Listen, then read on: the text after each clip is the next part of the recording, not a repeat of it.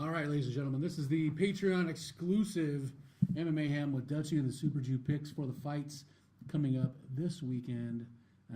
We've got to go from the bottom to the top, and we are going to give you a quick rundown of who we think is going to win, how we think you're going to win, as far as TKO, submission, or decision, and we will wrap it up. We thank you guys for your support. We're just getting started this thing and kind of getting used to it, and we look to have a lot of fun with MMA in the future, as well as anything else we feel like talking about. Because, hey, it's our show. We can do whatever we want. So we're going to start with the opening fight on the Fight Pass prelims. We've got, it's Janelle Lauza, I think is maybe how you say that, whose nickname is the Demolition Man, fighting Magomed Bibulatov. They are, 125 pounders. Lauza's got a record 7-2. Magomed's record is 13-0. Looks like he is a grinder and a finisher. So, looking at the stats, I don't know much about either one of these guys, and that's one of the things when you're fighting on the Fight Pass prelims. Most of the time, nobody knows who you are. But now I know Dutchie did his homework, but I didn't because I suck at homework. So, looking at records and all that, and kind of the way things are happening, this looks like it's going to be a slobber knocker, kind of. Yeah, I did my homework, but I'm not good at test taker, so I can't promise anything. But yeah, Magomed Bibulatov, he's a previous champ in the WFC. That says a lot. He's 13-0. He does have 6 decisions. He has a couple KOs on his record, but he has the talent, and I think the UFC is taking a swing with this fighter, hoping that it pays off. He's young, so he's ready to explode. Should be interesting to keep an eye on him and see what he does. So kind of looking at things, if I was going to pick this fight, which I'm going to do, I'm going to pick Magomed, just based on record, and I'm going to say that he's going to submit Janelle Lauza. Yeah, that makes 2 of us. I'm going to go with bring it to a decision. They both like to grind fights, so I'm going to go with decision.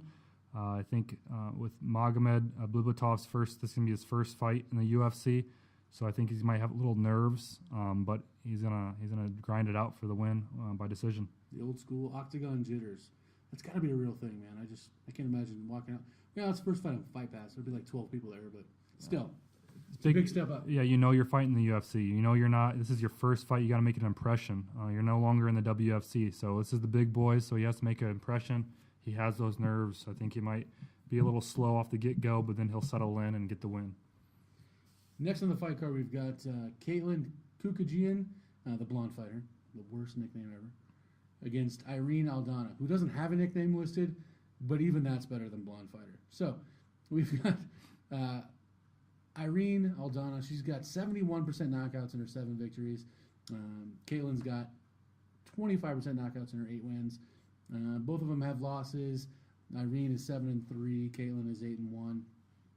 This looks like it's a pretty even fight as far as looking at records and height, weight, reach, all that stuff. Caitlin's legs are a little bit longer, but other than that, this looks like a pretty even fight. Yeah, the Caitlin girl, she's her last fight she lost by split decision to Liz Carmouche. She's no joke. She's a good fighter. So for her to be able to take her to a split decision loss, I'm going to give her credit. That's where my pick's going. She has that leg reach. She might be able to keep the distance from Aldana. They keep talking about it. There's not a lot of information out there about her, but I've heard her coaches and a few other things out there on the internet, on the interwebs, talk about her punching power. And her grit on coming forward and trying to knock you out. So, I'm going with Caitlin. I think she has the reach, the grit, and she has good defense too. That's the research I've done, and she has good defense. So she's going to want to take it to a decision. I got her by decision. Looking at the stats here, looking at Irene's stats, it says that she lands on average 7.2 punches a minute, which is exorbitantly high for any fighter. But it also says that she absorbs 11.2 punches per minute, right? Which is frightening if that's true. So I'm guessing that there's some sort of weird math thing that I'm not understanding on that. But I'm going to go against you on this one. I'm going to think Aldana's going to take this fight. I think that she is probably going to knock out Caitlin, and it's going to be early and vicious. I think she's going to come forward. Caitlin's coming off of a loss.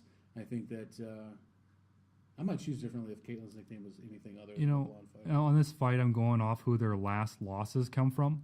Both of them coming off losses. Irene Aldana lost to Leslie Smith by decision. Where Caitlin, is it Chukagian? Is that how you pronounce the last name? I'm gonna go with it. Chukagian. She lost to Liz Carmouche, and so I'm gonna go off that. Who'd they lose to last? I don't know much about the fighters by the little research I've done, but Caitlin, she lost to a better fighter. So let's go with that one. And I'm looking at Aldana's record here, just real quick. She has 5 wins by knockout, 2 by submission, and those are both rear naked chokes, which typically come after you smash somebody's face in. Rear naked chokes because they give you your back. I'm going to call that for Irene all day long. I got that one all day. 50-50. Hard saying who's going to win this, but you heard our thoughts on that. All right, next we've got Josh Emmett versus Desmond the Predator Green. Earlier on our original podcast, let us know that Josh finished a fight with a compound fracture in his middle finger, which is the finger I use to say fuck you, and I have to say fuck that because that's a lot of pain. I mean, adrenaline's great, but if it happened like in the 3rd round, that adrenaline's not helping you out anymore, bro. You're just tough as nails. It was pretty nasty. You saw a picture of it. The bone was sticking out. Took his glove off, showed everybody. It was nasty. So he has heart and he has grit, and he will fight till the end. He's undefeated. Yeah, undefeated. 11-0 as a pro, 2-0 in the UFC. Against Desmond Green, who's 19-5. I don't have a lot of information on him, but the Predator. The Predator has 68% of his fights in a decision, though. Doesn't seem like the Predator. That seems like the placator. Like he's just hanging out until the judges can tell him who won. At least we've got Josh Emmett, who's got 30% of his fights by knockout, 20% by submission. Looking at this, I mean, both these guys, they're in the UFC. They can fight. They can scrap. But I got an undefeated fighter who finished the fight with his bone sticking out of his hand. That seems like a pretty easy pick to me. Yeah, my pick's going to go opposite. Desmond Green, he's never been KO'd.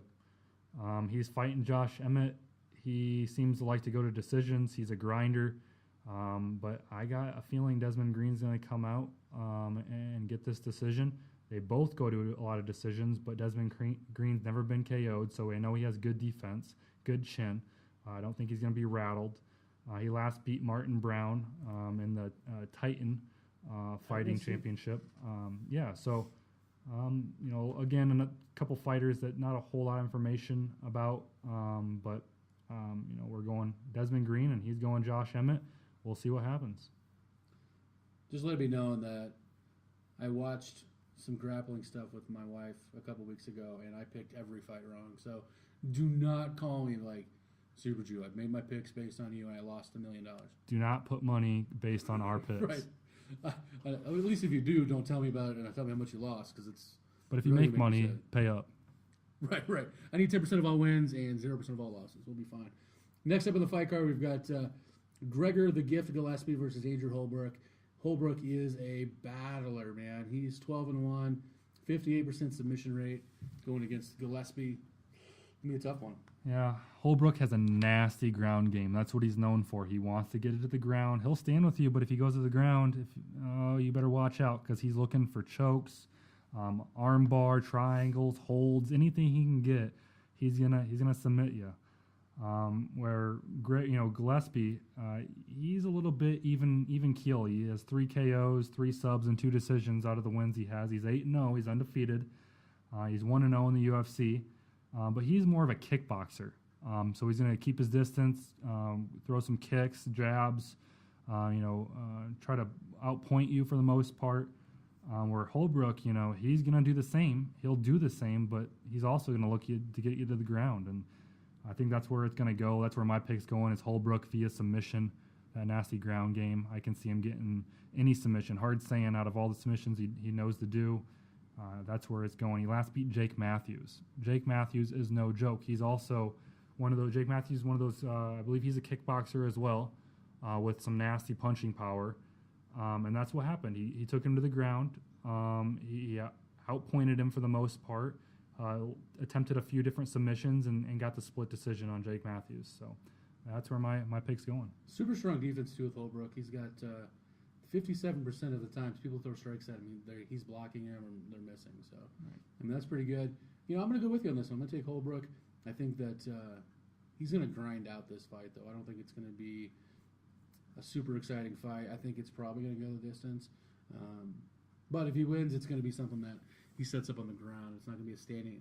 I think it would be a submission. So I'm going to take Holbrook by decision in a snore fest. Next, we're moving to the Fox Sports 1 prelims, starting off with Patrick Durkin Cummins versus Jan Blachowicz. God, Cummins, we talked about this on the podcast. I think he's on his way out, man. Yeah. 2-fight slide. 36. Old. I mean, I hate to say old. 50% of his wins, by knockout. His chin's just not there. When you're fighting, at 205, you got to have a chin, and it's not there. So that's a bad thing for him. And I know he's going to go out there trying to prove people wrong, but he's fighting a guy that is a tough fighter. Jan Blachowicz, he's 2-5 in the UFC. So, you look at his record, it doesn't show much, but he's coming off of losses from Gustafsson, Corey Anderson, and Jimmy Manawa, all by decision. So that says something. Those are tough fights. So just jumping right into it, that's where my pick's going. Jan, pardon me, the J is silent. Jan Blachowicz via KO. I think he's going to KO Cummins. That chin is just not going to stand up. He's better. Jan's better, well-rounded. He has better ground game, and he's going to knock him out. That's my pick. That's what I got a feeling of. Yeah, looking at Jan's record, he also knocked out Ilir Latifi a few years ago. But I mean, the guy's got power. I think he's going to take this fight probably into the second round. I'll give Cummins till the second round, but I think Blachowicz is going to knock him out in the second. Yeah, that's a good pick because anytime Cummins loses, it's by KO. It's not a good sign at all. So I'm telling you, as a former fighter, I'd rather not ever lose by KO. Just submit me, it's fine. I like my brain. Next, we've got Shane the Hurricane Burgos versus Charles Boston Strong Rosa. Both of these guys are actually great fighters. Undefeated Shane Burgos, 11-2 Charles Rosa. This is going to be an interesting fight. I think this is going to be a sneaker fight or a sleeper fight. I think this one's going to be exciting. I think it's going to be a lot of groundwork, though. Yeah, Charles Rosa, he's coming off losses from Yair Rodriguez and Dennis Siver. Dennis Siver losing to him, it's not very impressive, but, He went the distance with Rodriguez, though. Yeah, exactly. So it's two drastic differences. Rodriguez is a young, up-and-coming, possible, belt holder coming here soon. That's my pick. Charles Rosa via submission. He has never been KO'd before, and he's never been submitted himself. And he's fought much tougher opponents in his career compared to Shane Burgos. So there's my pick, Charles Rosa via submission. All right, I'm going to go against you on this one again. I think we're going to take there's only one of me. I'm going to take Burgos by submission, and I think it's going to be a late second round-ish submission. I think they're going to scrap. I think he's going to catch him. By the way, he's talking about getting a guy submitted that's never been submitted in his career, but good pick. And this is why I don't make picks. Well, next up on the fight card, we've got number 11, Kamaru Nigerian Nightmare Usman versus Sean Tarzan Strickland. God, that's just terrible nicknames. Let's see, Usman's 9-1, and Strickland is 18-1. So a lot more fights over on the Strickland side of the fence here. But Dutchie, how you seeing this one? Yeah, I'm going Strickland. Sean Strickland via decision. He's more experienced, more versatile, better resume. 5-1 in the UFC. His last win was against Tom Breeze via decision. His previous King of the Cage champ. So he's held a belt before. I think Usman has a lot of hype because he's aggressive. But I think him coming in, being aggressive like he's wanting to do is eventually going to catch up to him. And Sean Strickland is no joke. He's going to grind it out for the decision win. I think this is going to be just a barn burner. I think this is going to be a slugfest. You're right. Both these guys have a ton of knockouts or TKOs. 56% for Usman and 44% for Strickland. They still have some decisions on there too, but I think this is going to be a brawl. This is going to be a war. again, looking at stats alone, Usman's more accurate, but Strickland lands more punches. So I think I'm going to go with Strickland, but I'm going to think he's taking it early. I think it's going to be knockout of the night quality happening right here. I think hope you're right. See Strickland knocking out Usman on this one. I hope you're right. I want to point out that, Usman, he's ranked number 11 in the welterweight division. So, like I said before, he has lots of hype around him. They're trying to push him up the ranks real quick. Man, and just like the UFC, not to give somebody an easy fight, they're trying to press. Because he's going against the guy who's 18-1. Yeah. He's a murderer, too, so that's going to be fun. Next fight on the fight card, guys, we've got Miles, the Fury Jury, against Mike. I refuse to say his nickname, De La Torre. I'm renaming him. I'll say it for him. It's El Cuque, a Mexican boogeyman. He stole Tony Ferguson's nickname, so that's what the Jew over here has a problem with. I wonder who had it first. Yeah, like I said, It should be like football. Don't they sell numbers between players? yeah, something like that. Or this is fight game. Let's fight for it. I'd like to see that too. Although this guy gets murked by the real El Cucuy. Of course, yeah. All right, so we got Miles Jury. Man, this guy is tough as nails. You look at his record, you're like, oh, he's 15-2, he's got losses. Quick thing, this is not boxing. Boxing records get padded like no other. Boxing records are padded like a 13-year-old girl's bra. These are people who fight for a living, and they fight whoever. Miles Jury's losses are to murderers. I mean, he took a beating from Donald Cerrone. These guys are warriors. Don't look at this guy with 2 losses, or even De La Torre with 6 losses, and discount the fact that they are world champion quality. Miles Jury, a few fights ago, was 2 fights away from a belt. Yeah, which is crazy. There's lots of excitement about this fight, mainly because of Miles Jury. There was lots of excitement, before he left the game. He took a short time off from fighting. He's 6-2 in the UFC. He last lost to Charles Oliveira and Donald Cerrone, 2 fighters that have lots of talent. I'm sure you know who Donald Cerrone is. So that was back in 2015. Hasn't fought since. So this is his first fight back since 2015. He has very impressive wins. And if you dial back the timeline, he fought Michael Johnson, beat Michael Johnson, Diego Sanchez, Gomi.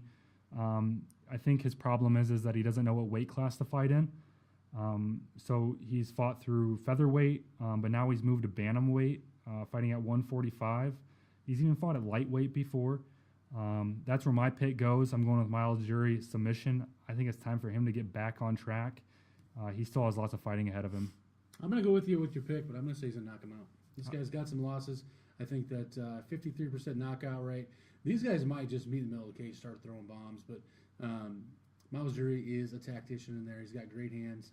Even in his loss to Cerrone, he didn't look like he got outclassed. He got hit with a nasty kick to the body and put down with that. So I'm going to go with Miles Jury on this one, but I'm going to say first round knockout for my boy Miles Jury.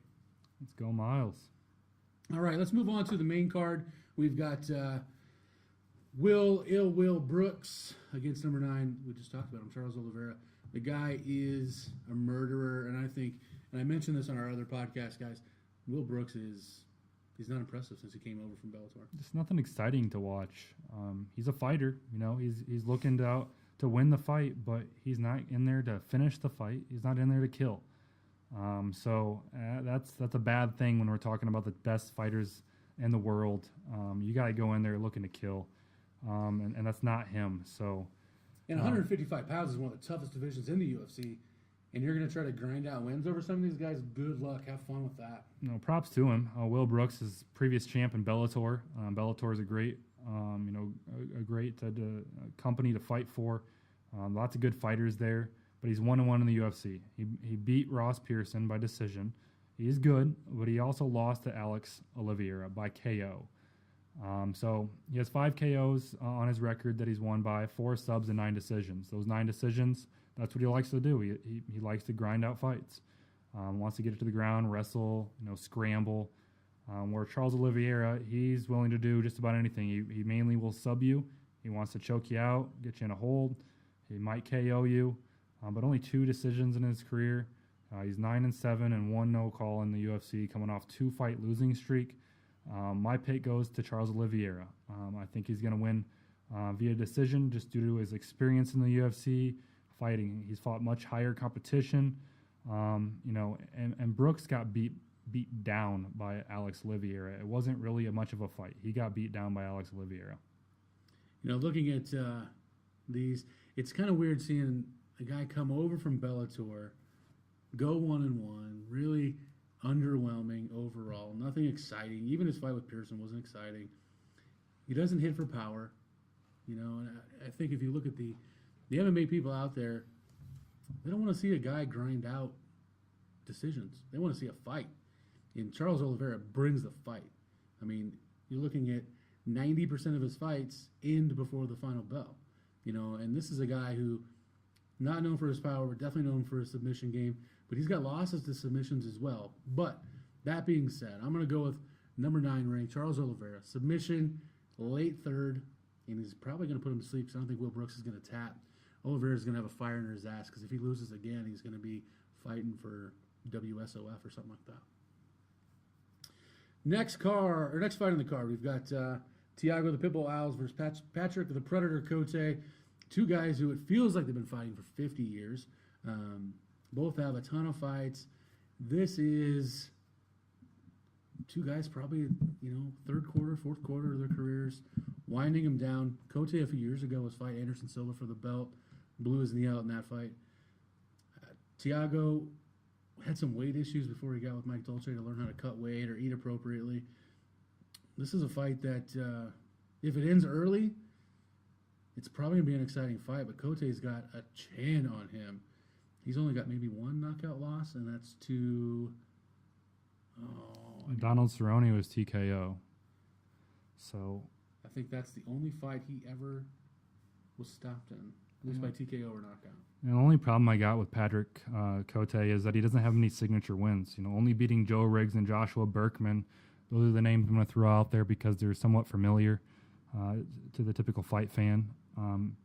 There's just nothing much exciting about him. I mean, he will TKO you or KO you for that matter. He will submit you. So it's one of the two typically happening. But, I think it's time for, Thiago Alves to get back on track. He's 13-8 in the UFC, coming off a 2-fight losing streak since coming back. And I hate saying that he lost to Jim Miller because I personally am not a Jim Miller fan. But he also lost to Carlos Condit, who's one of my favorite fighters. I just see Thiago Alves winning by TKO. I think he's going to really come out there looking for that KO, and he's going to get back on track. I think it's me wanting him to get back on track more than me thinking that he's going to, but that's my pick. Yeah, and I think, I'm looking at the history of Patrick Cote. He's got some wins out there. He's fought some tough guys, but he's been fighting since 2003. He has 34 pro fights. And that's a ton of abuse. And the chin is one of those things. I mean, Cerrone's a murderer, don't get me wrong. And that fight was last year, not even a year ago. He's coming off of that.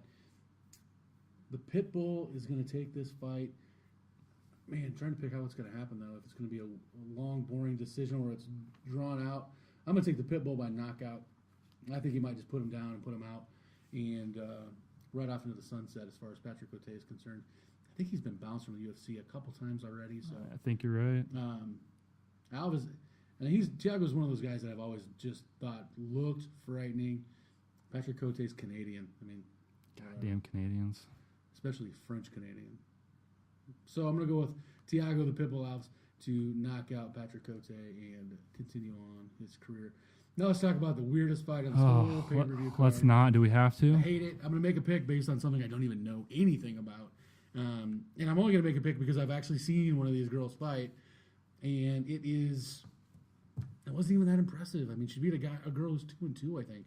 So we've got Cynthia Calvillo versus Pearl Gonzalez, and Calvillo's 4-0. She just fought, it feels like 2 weeks ago, against Amanda Bobby Cooper, and Pearl Gonzalez is 8-1, 7-1. 6-1.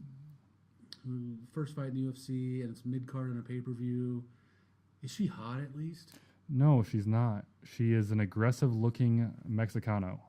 She's from southern Mexico, and if you know anything about Mexico, that's where the hardcore people come from down there. There's lots of aggressiveness. So she's coming in and she's talking about her punching power, but she only has one KO win. So I'm wanting to watch it to see what happens. I hope I'm proven wrong about this fight. I don't know why it's on the main card. One fighter it's their second fight in the UFC, and the other, it's their very first fight in the UFC. So it doesn't make a whole lot of sense to me. Not a whole lot of information out there about either one of these fighters. But I'm going with the one that I know more about, Cynthia Calvillo, via decision. I think she's slippery. She's going to want to roll around a lot. So I think it's just going to go full 3 rounds for the decision. Calvillo is who I'm taking. Look, man, I just looked up on Flow Combat, which is a great website for MMA. If this is Pearl Gonzalez, you might need to check and see where you're looking for your fighters, because this girl is hot. Yeah, I've taken a look. Not the biggest fan. Oh, she has makeup on. Oh, all right. We'll let it slide. Any female can put a face on and call it good. I'm going to pick Calvillo because I've seen her fight, and her ground game is legit. She trains with Team Alpha Male. She's going to be slippery on the ground. I think this is going to be a waste of a mid-card pay-per-view slot. I mean, there's so many fighters that are probably more deserving of that spot. I think it's going to disappoint people, unfortunately. And, I mean, obviously the UFC started to push either Calvillo or Pearl Gonzalez, one of the two, by giving them those eyeballs. They know more than we do. Yeah, I mean, they make way more money than we do doing this shit. So, good for them, and good for those girls getting on the pay-per-view. Hopefully they got good contracts. Go out there and prove us wrong, girls. Next, the heartbreaker of heartbreakers. Number 4, Chris Weidman versus number 5, Gegard Mousasi. This is gonna hurt to make these picks right now. You know, Chris Weidman is former champion. Damn All-American, baby. All-American. Takes that flag out with him every time. And he is one tough son of a bitch. You know, for those of you that pay attention, I'm sure you've seen him snap Anderson Silva's leg by checking a kick. It was disgusting, and it turned his leg into a spaghetti noodle. The other time he fought Anderson Silva, he did knock him the fuck out too. So this is a guy who has beat a person that most people said was unbeatable. He has also been knocked out in dynamic fashion in his last fight against Joel Romero. Coming off, I believe he had neck surgery not that long ago, or shoulder surgery, something like that. Yep. So he's had some time off. Hopefully his brain is at least as healthy as it can be. Against Gegard Mousasi, who's got 6,212 fights, and he's like 24 years old. And it's an odd fucking number you just came up with. I just made it up. All right. Because he's got 49 fights. This is his 50th pro fight, which is ridiculous. With 22 of them being TKO or KOs. Yeah, that's outrageous number of knockouts. He's not exciting. Nothing about this man is exciting. They call him the dream catcher, for God's sakes. Because he puts people to sleep by talking. He is a murderer, though. I mean, knockouts, submission. He doesn't go to decisions. He's only got a few a decision. He doesn't have a lot of decision wins or losses. He is a killer. I mean, you could even say that his fighting style is kind of lackluster as well. He goes in there and he's a very patient fighter until he gets into an exchange. Or until he sees what you're trying to do. He reads his opponent, and then he capitalizes. As soon as you start throwing punches, it seems like he's playing chess, you're playing checkers because you're a fucking retard. Everything's slow motion. motion. And you start throwing, and he already knew what you were doing. Here's your 6-piece back in your face. He's waiting for you to make that adjustment. He's already thought about what you're going to do, and then he pieces you up. And then once you're knocked out, he doesn't get excited. He doesn't run around. He basically looks like he just woke up. Doesn't even smile. Morning. Yeah. I don't know if he knows how to smile, if he has the smile muscles. So, the damn Dutch, they just have no emotions. They don't care. They don't care. Murderers. And he's a sociopath. I'm picking Mousasi, and I'm picking second round TKO, as much as I hate to say it. I think that's what's going to happen. Yeah. Although I want Weidman to win. Yeah, that's same for me. I'm a big Weidman fan, and my heart's saying pick Weidman, where my brain's saying pick Mousasi. So my pick goes with Mousasi via KO. I think it's going to happen in the second round. I hope that Weidman is not just a flash in the pan. I hope that he is able to rebound, and I hope that he is able to beat Mousasi, because that would be a nice win to get him back on his feet. But my pick goes to Mousasi. It's the most logical pick, but go Chris Weidman at the same time. he could be a flash in the pan. You're looking at a guy that I believe fought Anderson Silva when he was 9-0 and won the belt. I mean, he was really not tested like a lot of people before him. He did beat Damian Maia, which is impressive. Mark Munoz. I mean, but then he got beat by Luke Rockhold, who Bisping beat. I mean, for God's sakes. I mean, if you know me, I do not like Bisping. I can probably say the same thing for the Super Jew over here. not a fan. But my God, losing to Bisping, it just has to crush your soul. So he lost to Luke Rockhold. Luke Rockhold, he's a good fighter. I'm not going to take credit away from him, but it's time for Weidman to get on his feet. I hope to God he does it, but Mousasi by KO. And let it be known that Weidman asked for this fight. He wanted to fight Mousasi, coming back off a layoff, off of a surgery, off of a KO or TKO loss, against arguably one of the toughest guys in the world. I mean, hey. He got something to prove. He got something to prove. Got some balls hanging there, sir. I hope you can win. But I think it's going to be Mousasi. I think it's going to be second round, and it's not going to be pretty. If you got money, put on Mousasi. All right, time for that main event fight. I think this fight is the beginning of a struggle that for me at least, we've got Daniel Cormier, we've got Anthony Johnson. They fought once before. Cormier submitted Johnson in third or fourth round, something like that. Third round to be exact. You're looking at Daniel Cormier, Olympian, grinder. He's got some power, for sure. Doesn't look like the badass like Anthony Johnson does. For sure not, no. He's dad bod central. But you're looking at a guy that fought at heavyweight because he didn't think he could make 205 because he likes sugar, and is now the world champion at 205 pounds. I'll put an asterisk by that, unless John Jones decides to come back and not do drugs. But this fight is going to go one of two ways in my mind. It's going to be over quick with Anthony Johnson pounding DC's face into the mat, or it's going to be a grinder where DC breaks Johnson's spirit. Let it be known, I think that DC broke Johnson before, and I don't know if it's been enough time for Johnson to heal that.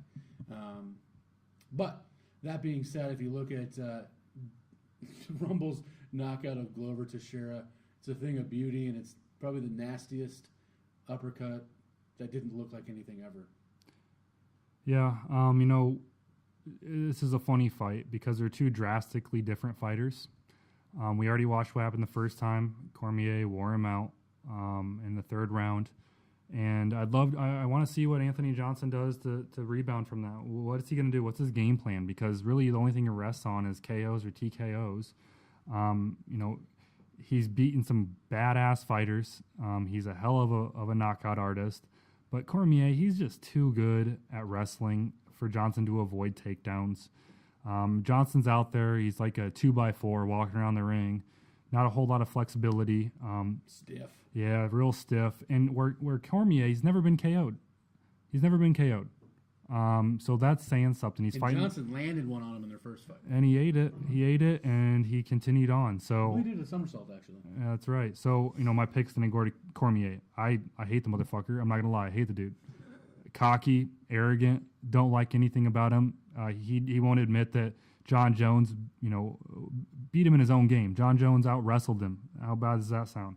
So, I don't like him, but I think he's going to do the same thing he did last time to Anthony Johnson. He's going to wear him out. He's going to probably submit him into a choke, or just maybe wear him out the whole time until he gets some ground and pound going. So that's my pick, is Cormier. Oh, I also do not like Daniel Cormier, and I think it has more to do with I don't like him outside of the cage, so it just carries over to the inside. Sure, he's a great fighter. He's 18-1. He fought heavyweight, for crying out loud, and he was small for a heavyweight. My problem is that Anthony Johnson they might as well just put like NyQuil sponsors on his gloves, because he hits you and just go to sleep. How does he needs that sponsorship. Why does he not have that? Can I be your manager? I'll get that for you. Sponsored by NyQuil, because I put you to sleep. Shout out Anthony Johnson. Yeah, just get a hold of me. Anthony Johnson, we talked about on the podcast, frightening fellow.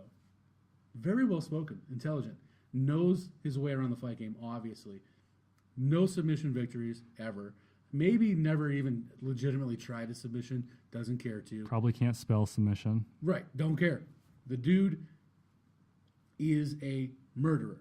He is going to smash your face one way or the other. I think he landed a good shot on DC before. I think he does it again this time. I'm pulling for Anthony Johnson to win this fight. I'm conflicted because I think that DC is probably going to win. But I'm going to pick Anthony Johnson just to show my support for that guy. I'm going to pick him my first-round knockout. I think he's going to put him to sleep. Good. Knock the motherfucker out. And I will dance around my living room, not for you to see, for anyone to see, but it's going to be amazing. You know, looking at the numbers, height, reach in both his hands and his legs, I can see DC shooting in on a double and catching a knee to his face, and I would dance for days. I'd be so excited. So I'm going to go with Rumble, and I'm going to go. It's got to be first or second round. Yeah, do it early. At the latest second round. He's not going to 3. I mean, he grinded out with Phil Davis for 3 rounds, but I don't think Phil Davis is the same kind of wrestler as DC. So you're going to see, hopefully, and new light heavyweight champion of the UFC on Saturday night. And then let's see John Jones come back, get a title shot right away, and let's get to rumbling. Let's get Anthony Johnson and John Jones going. That's what I want to see. Oh, that fight scares me because John Jones is a bad motherfucker. All right, ladies and gentlemen, those are our fight picks. These are all going to be with an asterisk by them because we are not professional fight pickers. We don't know the odds, really. And we're not responsible if you make any dumbass bets like putting your house on Chris Weidman to beat Musasi. That's fucking stupid. So until next time, fight fans, we will see you on the flip side.